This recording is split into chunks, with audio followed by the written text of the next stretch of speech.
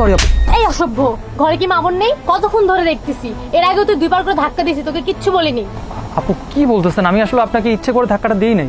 এই চুপ থাক, লুচ্চা লাফাঙ্গা। তোর চেহারার মধ্যে আকার ভঙ্গিতে আছে যে তুই একটা লুচ্চা। তোর রাস্তার মধ্যে মেয়ে দেখলে এরকম করতে মন চায়? আপনি একটু বোঝার চেষ্টা করেন, আমি আপনাকে ইচ্ছে করে ধাক্কা দিই নাই। আপনি কেন? আরে তুই চুপ থাক, তোদের মতো ছেলেকে ভালো করে চেনা আছে। তোরা আসলে বাসে উঠিস মেয়েদের গিফটিং করার জন্য। দেখেন আপু, এই তুমি বাসে উঠছো কেন? মহিলা মানুষ তো ধাক্কা দিতে। দেখছো সুন্দর একটা মেয়ে, নরম শরীর পেছনে এমনি করে গিয়ে ধাক্কা দাও। একদম ঠিক করছে বাবা, মেয়েটা একদম ঠিক কাজ করছে। এই ধরনের ছেলেপেলেকে একদম কথায় কথায় থাপ্পড় দেওয়া উচিত। এর কত বড় সাহস! এরা আসলে কি জানো, বাসে ওঠেই সুন্দরী সুন্দরী মেয়েদেরকে ডিস্টার্ব করার জন্য। এই এই তুই বাসে উঠছিস কেন? কলেজের সামনে গিয়ে দাঁড়া যাদব। এই তোদের ঘরে কি মা বোন নাই রে? হ্যাঁ, বাসে উঠোস কেন এইসব করার জন্য? ছি ছি ছি ছি ছি, তোরা দেখতেও তো একদম খরস্টের মতো লাগতেছে। এই হ্যাঁ বাবা, একদম ঠিক কথা বলছো। এদেরকে শায়েস্তা করা উচিত। মামুনি, তুমি অনেক প্রতিবাদী একটা মেয়ে, ঠিকই করছো। এরকম চড়ানো উচিত এদেরকে। আপনি একদম ঠিক বলছেন। দেখেন না, তাকায় দেখেন কেমন ডাকু ডাকু চেহারা, মনে হচ্ছে লুচ্চামি করার জন্যই উঠছে। রে বাসে এরা ওঠে লুচ্চামি করতে, পরে দোষ হয় আমাদের মতো পবিত্র নিষ্পাপ মানুষগুলার। তখন তো সকল বিকাল খুব জ্ঞান দরকার। এই এই এক কাজ কর, তুই যা, তুই সামনে যা।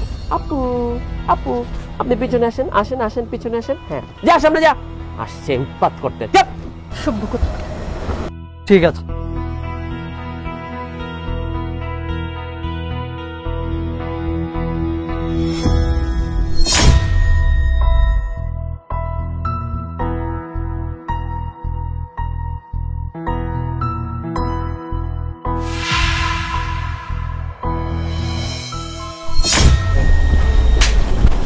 কি সমস্যা কি আপনার? বারবার গায়ের মধ্যে এসে পড়তেছেন কিসের জন্য? আপনার পরিবার থেকে আপনাকে শিক্ষা দেয় নাই? আপনার বাড়িতে কি বাপ ভাই নাই আপনার? নাকি সুন্দর ছেলে দেখলে গায়ের মধ্যে এসে পড়তে ইচ্ছে করে আপনার? সমস্যা কি? আরে ভাই আমার কথাটা শুনুন, আমি তো আর ইচ্ছা করে ধাক্কা দেইনি। বাসটা চলতেছে তাই না? এটা তো একটা পাবলিক বাস, এখানে চলতে গেলে তো ধাক্কা অবশ্যই লাগবে। একদম রাইট। আমিও তখন ঠিক আপনাকে এই কথাটা বলতে চেয়েছিলাম, কিন্তু আপনি কি করলেন? না জেনে না বুঝে আমার গালে একটা থাপ্পড় বসাই দিলেন। পাবলিক প্লেসের বাসে উঠলে এই ধরনের ঘটনা ঘটবে। আর এখানে তো অনেক ধরনের মানুষ যাতায়াত করে তাই না? কেউ সিটে বসে যাচ্ছে, কেউ দাঁড়ায় যাচ্ছে, আর বাস একটু পর পর থামতেছে, তো একজনের গায়ে আরেকজন লাগবে না? তাহলে আপনি কি করছিলেন? তখন আমার গায়ে একটা থাপ্পড় বসাই দিলেন। আর এখন যদি আমি আপনার গালে একটা থাপ্পড় দিলাম, তখন তখন আপনি চেতে গেলেন তাই না? দেখেন, আপনার যদি পাবলিক প্লেসে যেতে অসুবিধা হয়, কারো গায়ের সাথে কারো লাগলে আপনার সমস্যা হয়, তাহলে আপনি প্রাইভেট কারে যাতায়াত করেন, নিজের প্রাইভেটিসে নিয়ে যান। সমস্যা কি আপনার বলেন? আর এই যে ভাই, আপনি একটা সুন্দর মেয়ে যখন দেখলেন আমাকে বোকাঝোকা করতেছে, ঠিক তখন আপনি সুন্দর মেয়ের পক্ষ নিয়ে আমাকে ঝাড়তে শুরু করলেন তাই না? বিষয়টা কি হচ্ছে না হচ্ছে এটা একটু বোঝা উচিত ছিল না আপনার?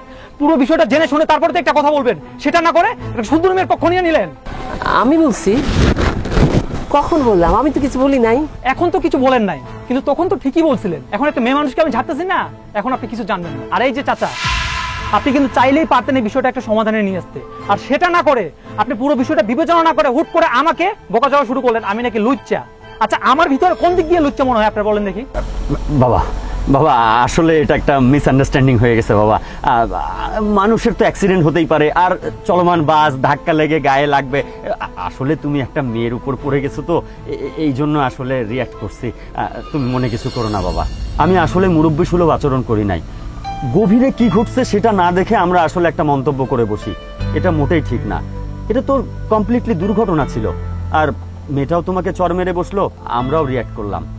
আসলে আমার ভুল হয়ে গেছে বাবা, তুমি আমার সন্তানের মতো, আমার উপর রাগ রেখো না। আসলে ভাইয়া ভুলটা আসলে আমারই ছিল, আমি আপনাকে ভুল বুঝেছি। আই এম সরি ভাইয়া। It's okay.